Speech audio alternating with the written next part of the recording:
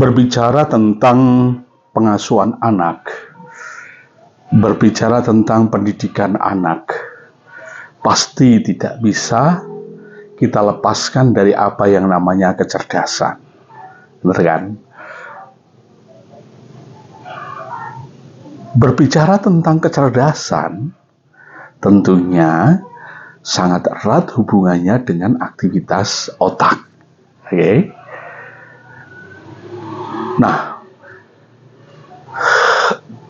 sahabat orang tua Indonesia, bila kita menginginkan putra-putri kita cerdas, ya, cerdas dalam arti cerdas yang lengkap, ya. Cerdas yang lengkap itu ya cerdas secara motorik, cerdas secara emosi, cerdas secara rasio, ya, cerdas secara sosial, cerdas secara spiritual, ya. Bila teman-teman menginginkan itu, ya, siapkan 5 hal untuk putra-putri kita. Yang pertama adalah nutrisinya.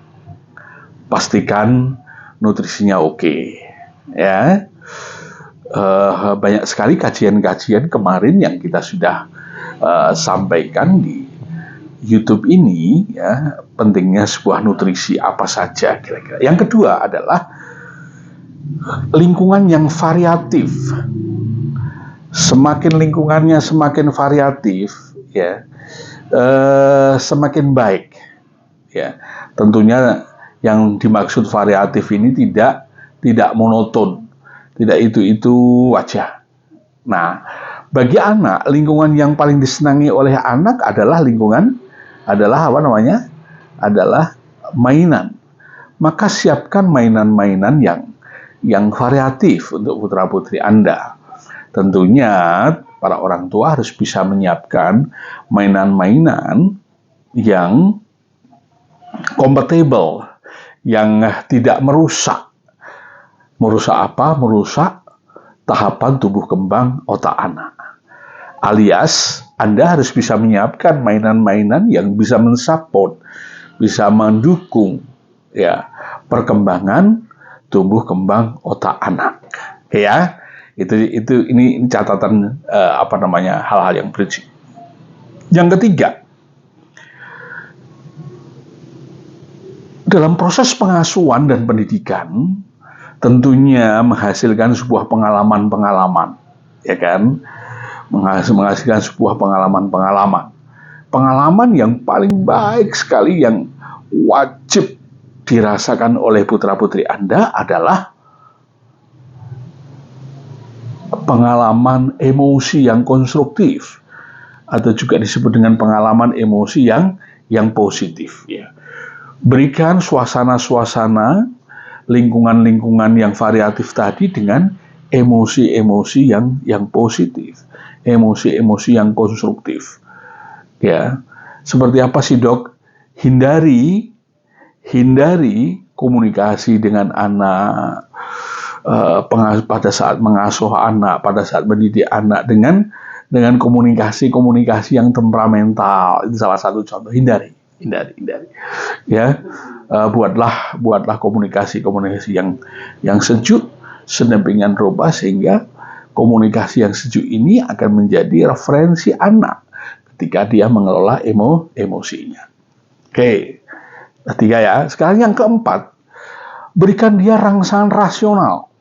Ya, rangsangan rasional. Banyak sekali aktivitas-aktivitas yang bisa memberikan rangsangan rasional. Bahkan aktivitas gerak anak itu pun juga menjadi bagian daripada aktivitas memberi rangsangan rasional pada anak. Anak-anak yang bisa merangkak, ya, itu adalah juga bagian aktivitas-aktivitas yang bisa memberikan rangsangan rasional pada anak, ya. Ingat, ada hubungan yang erat antara otak yang berhubungan dengan aktivitas gerak seperti batang otak dan cerebellum dengan pengasahan kortikal, ya, pengasahan otak kortikal yang notabene adalah kortikal itu adalah otak berpikir, otak rasio, ya. Nah, jadi harus harus kita hadirkan ya pada saat Anda mengasuh putra-putri kita itu ya, putra-putri Anda harus kita hadirkan rangsangan-rangsangan yang seperti ini. Oke. Yang keempat, yang kelima yang terakhir adalah ya, cukupkan aktivitas fisiknya. Cukupkan aktivitas fisiknya. Tuntaskan aktivitas fisiknya. Ya. Tuntaskan. Apa sih yang dimaksud aktivitas fisik atau yang memandu aktivitas fisik itu? Ada dua hal yang teman-teman harus perhatikan ketika berhubungan dengan aktivitas fisik putra-putri kita. Yang pertama adalah aktivitas saraf-saraf sensorik.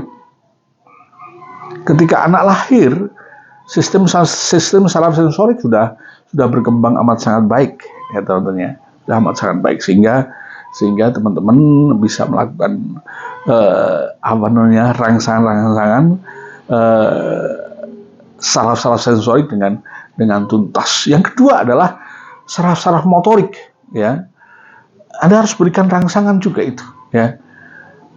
Termasuk di dalamnya adalah motorik kasar dan motorik halus. Dua-dua harus Anda berikan dengan sangat baik dalam arti tuntas, ya, tuntas. Bagaimana cara menuntaskan? Wah, ini harus perlu banyak latihan ini, ya. Dalam pengasuhan, intinya pengasuhan kan memberikan stimulasi pada putra-putri kita, ya. Di sekolah neuroparenting Anda bisa belajar banyak sekali tentang teknik-teknik memberikan stimulasi, teknik-teknik mengasuh saraf-saraf sensorik anak, saraf-saraf motorik anak, baik motorik halus maupun motorik kasar. Oke ya. Jangan lupa Anda bisa belajar, ada program yang disebut dengan program 50 jam. Ya. Namun dalam aplikasinya ternyata lebih dari 50 jam efektif, ya. Itu jamnya itu bisa sampai 70 jam, ya, tapi 50 jam harus efektif. Proses belajarnya 1 tahun online, ya. Jadi Anda dari manapun Anda bisa belajar dengan baik. Oke? Assalamualaikum warahmatullahi wabarakatuh.